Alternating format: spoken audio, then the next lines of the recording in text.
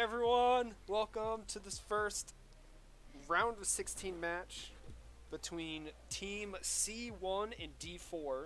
So real quick, this is the Amo running the host stream tonight. I'm with Shadow. Hi, Evening, man. everybody.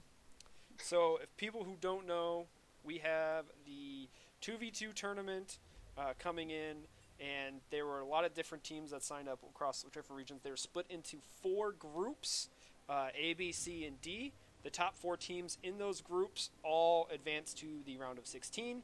So we will be identifying teams by their group letter and what the ranked placement they came in. So we have C1, which is Ansem 571, and Electro 134324 versus D4, which is King Majora and the Captain Goose. All right, So, they're going you through want picks to and read the bans, or rules real quick while I bring up the picks and bans? um, so the way this works is there's two win conditions. We have the team that takes down the tower first, and we're playing on Summoner's Rift, standard blind pick. So your goal is to take down your opponent's tower first, or score an ace, which is both kills simultaneously. Both opponents have to be dead at the same time. You're restricted to mid lane. You cannot go past the pixel brush in the river, which means the only jungle camps in play are the raptors. Anything else is off limits, and if you leave the lane and start CSing or anything like that, you will be disqualified. Yeah, Oh, so. and Aphelios came out today, but he is not a viable pick for the tournament. Yes, so Aphelios will not be seen, but everything else is open. We will be staying in blind. So this is blind picked, like he said. Casters in this 2v2 tournament, due to the possible nature of it ending prior to 3 minutes, will actually be in game doing a live cast. So we will wait for the champions to be locked in, and then just randomly pick a champion. Shadow. So they will be. It looks like it will be a 3v3, but trust me, there'll be one person in each fountain. So it'll be kind of look a little wonky. We won't have the normal spectator delay or anything like that. But once again, because if it finishes before 3 minutes, we wouldn't get any footage for you. So I'm excited. This is the first. What do you? I mean, you have no idea what to see, right? Um, yeah, I mean, you can see a whole lot of different combinations here, and we have some very different styles of picks coming out here. On the blue side, we have Ansem playing Senna and Electro playing Caitlyn. So they're going for a very oppressive lane. On the other side, we got King Majora pulling out Talia and Captain Goose with Yasuo. So very different styles of play here. I think we're going to see, it's going to be very back and forth. This one, although looking at it a little bit more, this could also end really quickly. If Yasuo gets in on Kate and Senna, that could be bad news for them. Yeah, so I think there's going to be a couple different strategies coming out from these teams. Uh, I looking back at 2018 All Stars, it preferred mages, and there's basically the burst mage and artillery mages. You know, like you have like an Annie or a Syndra bursting, or you had like Xerath, uh, like kind of Lux type of long range artillery mages. Um, as an option, then you had 80 carries, right? Those were pretty much it. There are a couple other matches that had some tanks in there and whatnot, but overall, that's what we are looking at. I think this meta will be very different because we play a different game. In these rules that we per se, you have the 80 carries. Basically, there's going to be two ways to win, right? You take down the enemy tower, or you kill them both at the same time. So you either want a wombo combo, or you want control over the lane, right? Lane bullies. Yeah, what's interesting is the change in rules compared to last year, where we ran the uh, you could win via CSing. First to 100 CS was typically a winner. Um, That's that doesn't boring. work here. So yeah, we got rid of that, and now it's first tower or ace. So you're not going to see a farm fest. You're not going to see mages just clearing waves. Uh, I tried that strategy, and the other team that we were playing in the group stages did the same thing, and it was just a wave clear battle, and it was a major snooze fest. So uh, definitely, we're looking for a lot more fighting here.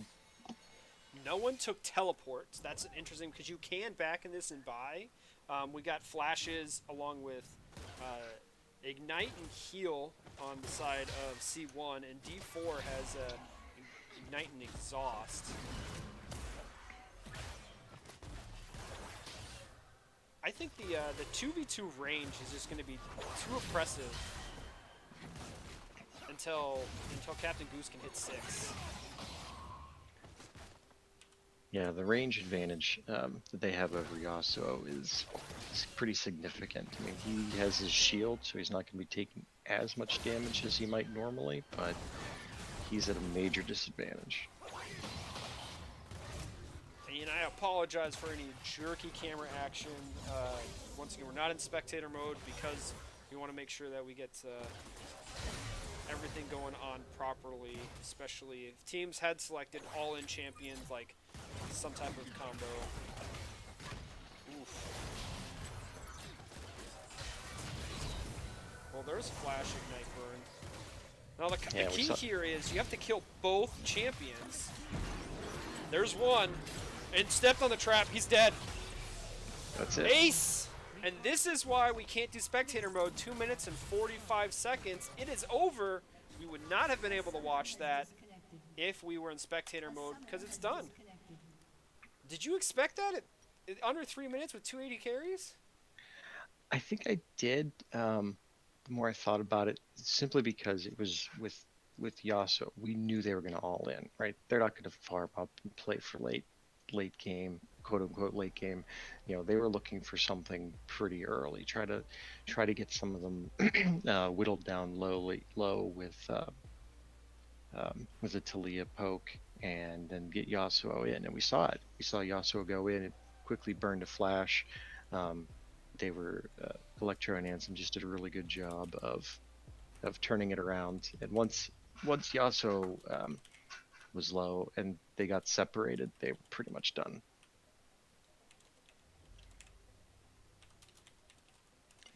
Yeah, I mean, and this is going to be what's very different in this play is how these teams adapt to each other and what they're going to do. Which champion did King Majora play again? Was he on the? He was on the Talia, right? Or was he on the? I just deleted the replay. I'm not even sure. Yeah, because I think Captain Goose was on the.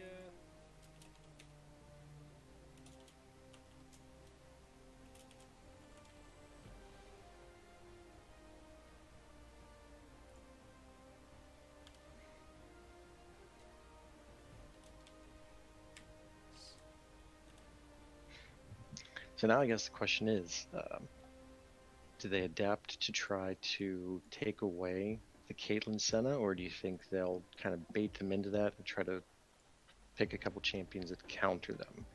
If so, what's the counter to that? Because that's an oppressive lane. I'm not sure how you counter that. Yeah, it's going to be kind of up to. I mean, you could go into.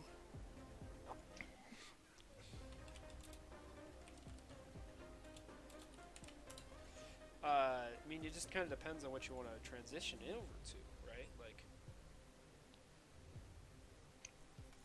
I mean, it all depends what you want to do, right? Because you have a 2v2. I mean, they could go two bruisers. I mean, you could go two bruisers with the relic shields, right? So you just autoing minions and then heals things back up, uh, and prevents right the poke that comes out from the 280 carries. Yeah, two bruisers might be kind of interesting into that. But you definitely have to account for the poke. You'd probably want to see them start door and shield, take the resolve tree with was it bone plating. There's ways around it. Yeah, there's a ton of different things you can do. It's just the creativity and the styles, right? Because every what people play, right, can change. So we've already started the pick bands again for game 2 here, and they have switched sides.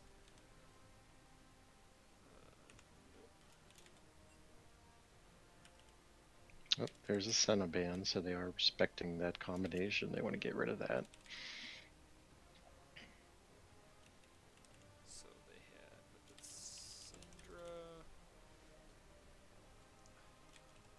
Pantheon, Now, Dispel. interestingly, Electro and Ansem are switching up some of their bands. They just got rid of Lux, which was, I don't believe that was a band in previous game, correct? It was not. Okay. So Shadow, once your two people have locked in, you can lock in a random champion. So Mm-hmm. so we don't have to count all the way down. Depends on what they want to do. Obviously, don't say what they're doing because we that way it's a surprise to everyone here. But I mean, that was so fast. I can't wait till what they would play. I mean, there's so many different strategies. Like if you had like a Heimerdinger like Ziggs tournament, like think about getting into that shit, right? You have Ziggs, you just put all your points in the satchel charge so you can take the tower down super early, and you have Heimerdinger just like setting up his little turrets. You'd be like, "F you, you can't play today." Yeah, one of the matches we played in this earlier in the group stage was against a Heimer. I want to say it was a Heimer Karma. Oof. Oh yeah, it was atrocious. We lost our tower at like I don't know 8 or 9 minutes. Like it was oppressive in ways that aren't even fair. I think they're still setting up on my side here.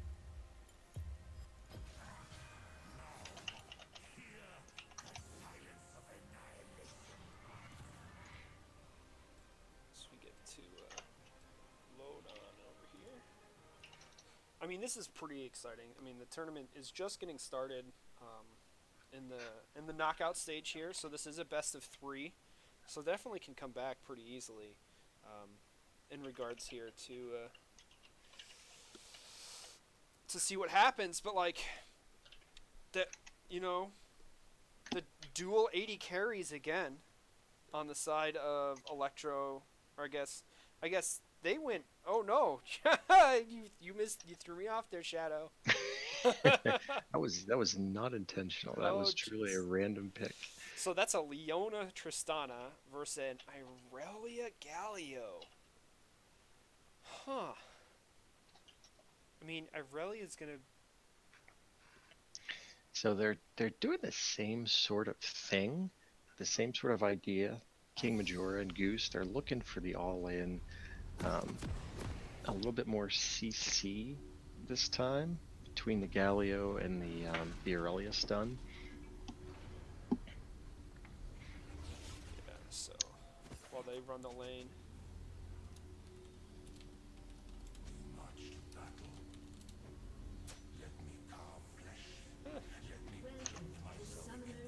Okay. So we will see. I like both teams. This must be a meta that's noticed that the ward placement in the river bushes here, trying to get all the vision that they can. Ooh, they cleared that ward though, so Oh, that's nice. Irelia up 1 CS.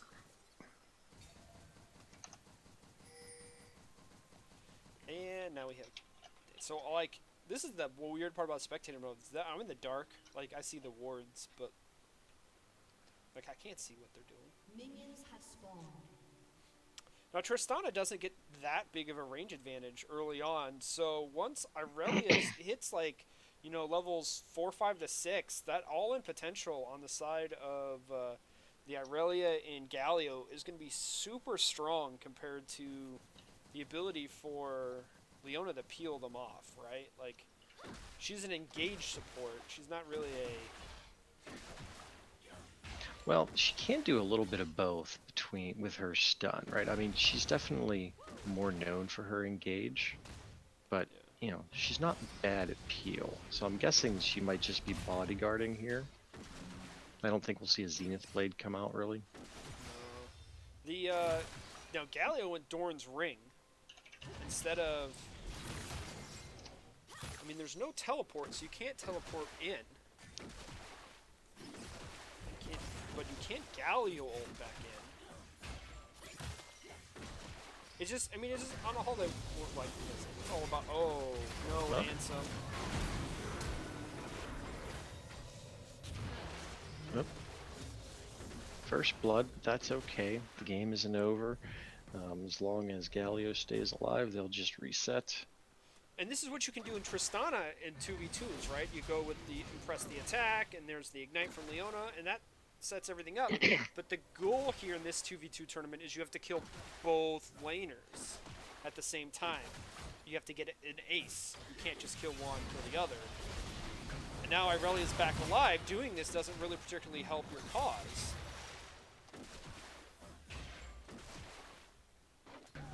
The only thing it kind of gives you is lane pressure if you're looking to get some chip damage on the tower. Now it's pre 5 minutes, so the shield is there, which mitigates a lot of the damage.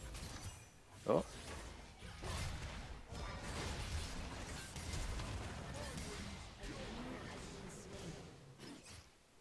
They didn't back far enough. They should have backed up the tower. They didn't respect the range of the Aurelia. Oh, jeez. I'm getting an AFK warning. Are you serious? I did too. I just had to move around. Oh my gosh.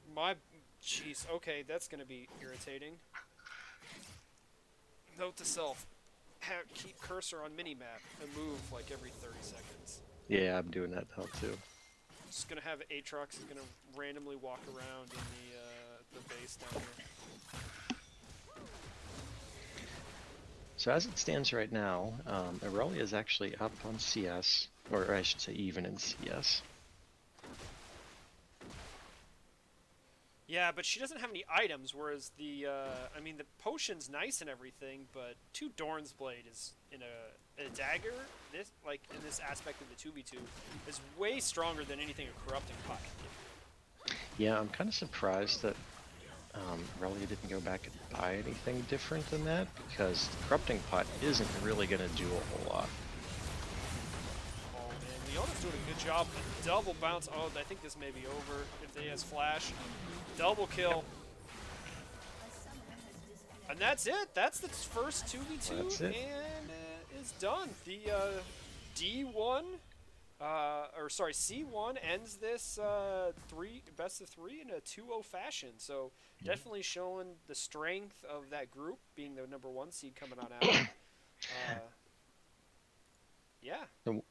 So one of the things that I think is interesting is, in the meta that is kind of developed, there's kind of 2 aspects where you try to pick 2 champions that just kind of have complementary kits, right? A lot of CC, a lot of all-in potential.